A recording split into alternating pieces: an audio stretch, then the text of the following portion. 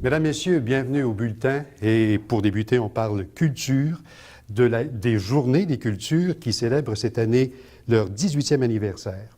Orchestré par Culture pour tous, et nous recevons la PDG de cet organisme à but non lucratif, Madame Louise Sicuro. Madame Sicuro, bonjour. Bonjour. Vous en êtes à votre 18e anniversaire. C'est ça. Je regardais l'ensemble des activités. 3 jours, environ 3000 activités. Oui. C'est rendu gros. C'est rendu gros. Mais enfin, c'est le fruit du travail de tellement de gens qui décident de participer volontairement aux Journées de la culture. Et puis, chaque année, notre empattement s'élargit. Il y a des activités dans 427 villes. Donc, tranquillement, des organismes culturels, des municipalités se joignent au mouvement pour faire les Journées de la culture chaque année. 3000 activités, c'est Oui. pas rien. Mais c'est pas rien, Gratuite. mais en même temps, gratuite. Ça, c'est un principe de base pendant les journées. Pas de barrière financière, le moins d'obstacles possible pour approcher les gens des arts de la culture de leur propre milieu. Cette année, votre thème est « On reçoit de la grande visite ». Vous. La grande visite, c'est vous, les Québécois, tout le monde. Et c'est notre thème convivial, festif, qu'on fait cette année, probablement l'an prochain aussi, pour mieux faire une autre campagne pour le 20e anniversaire des Journées de la culture dans 2 ans. Vous y pensez déjà? Déjà, ben oui, c'est ça. Le verre est à l'honneur cette année, pour quelle raison? Bien, c'est un concours de circonstances. De plus en plus d'artistes ont envie de travailler avec les matériaux recyclés. On fait beaucoup d'éducation sur l'environnement, le développement durable. Alors, les artistes, évidemment, sont de la partie. Fait que, on a remarqué ça cette année. Vous avez suivi l'évolution de la culture au cours des dernières années. Oui. Est-ce que les gens adhèrent plus maintenant qu'avant? Je pense que oui. Je pense que oui. Pour le travail qu'on a fait depuis tellement d'années au Québec pour le développement de la culture, évidemment l'État qui met quand même l'épaule à la roue, bien sûr, c'est la base, mais bien sûr, mais les municipalités, les organismes culturels et les Journées de la culture ont eu une contribution plus sur le sens de il faut démocratiser, il faut être près des citoyens, il faut être près des gens, il faut sortir la culture, les arts des studios pour aller à la rencontre des gens. Alors ça, je pense que oui, les citoyens, je le vois moi dans ma pratique avec les maires notamment, qui s'intéressent, les maires de ville, oui. Qui s'intéressent, les maires aussi, les mères de famille veulent pour leurs enfants plus d'art et de culture parce que c'est un instrument incroyable d'émancipation. Ça fait partie de l'éducation. Pour moi, culture et éducation, c'est les 2 faces d'une même médaille. Et puis, on veut vraiment que ça se développe. Et je le sens, je le vois. Maintenant, est-ce qu'on peut dire dans une ville, on n'en fera pas de culture, ça coûte trop cher? Non. Je pense que les gens voient que c'est un investissement pour le bien-être de tout le monde. Et puis, la culture, enfin, c'est le reflet de ce que nous sommes. Alors, on ne peut pas être contre nous. Donc, il faut être pour la culture. On peut voter maintenant à 18 ans, donc je vote pour la culture. Oui, mais je voterai même pour 20 ans, moi, dans 2 ans, là. Oui, on continue de voter.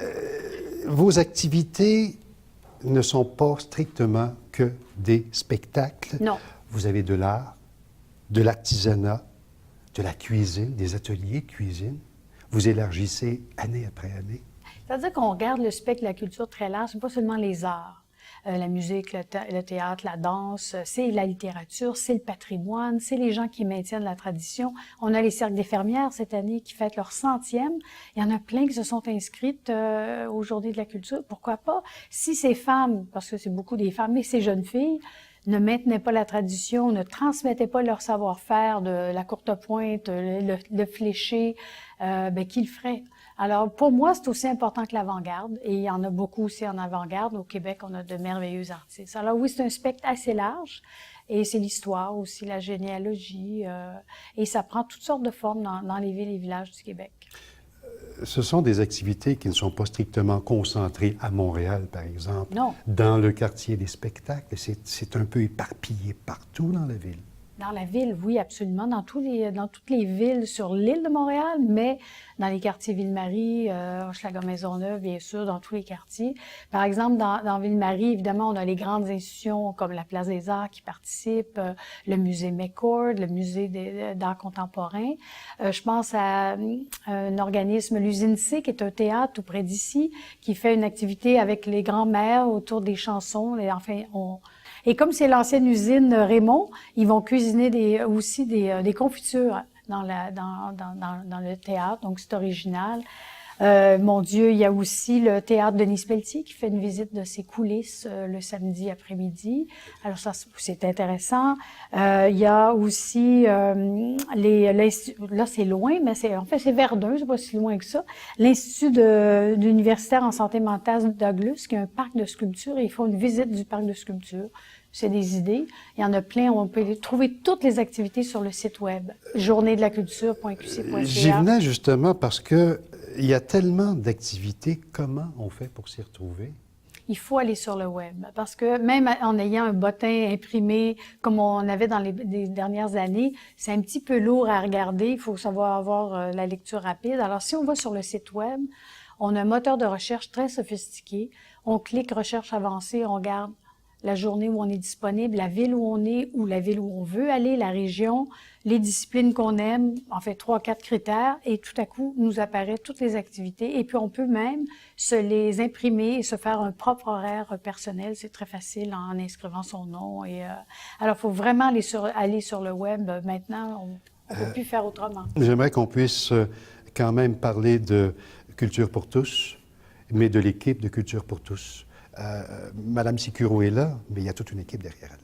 Il y a une équipe, une petite équipe. Moi, je suis là depuis 18 ans. J'ai fondé l'organisation avec d'autres collègues, des collègues bénévoles qui étaient là autour de la table. Et tranquillement, l'équipe, il y a une direction des communications qui fait un travail merveilleux parce que c'est un grand mouvement de communication. Quelqu'un qui s'occupe de l'éducation, du scolaire, de toutes les régions du Québec aussi. On a du personnel qui fait du développement en région. C'est pas des équipes permanentes parce qu'on est 6 permanents à l'année, mais sinon, des fois, on est jusqu'à 12 contractuels pour faire les Journées de la culture et tous les autres programmes parce que Culture pour tous, c'est pas juste les journées. Les journées, c'est l'événement, l'astre, mais autour duquel il y a plusieurs satellites comme des programmes pour les écoles. Madame Sicuro, il nous reste quelques secondes. J'aimerais rappeler le site Internet où les gens peuvent rejoindre ou mieux connaître l'ensemble de ces activités. C'est le www.journée au pluriel de la culture.qc.ca. Voilà. 3 jours, 26, 27, 28 septembre. Madame Sicuro, merci beaucoup. Merci. Bon succès. Merci. Merci à vous.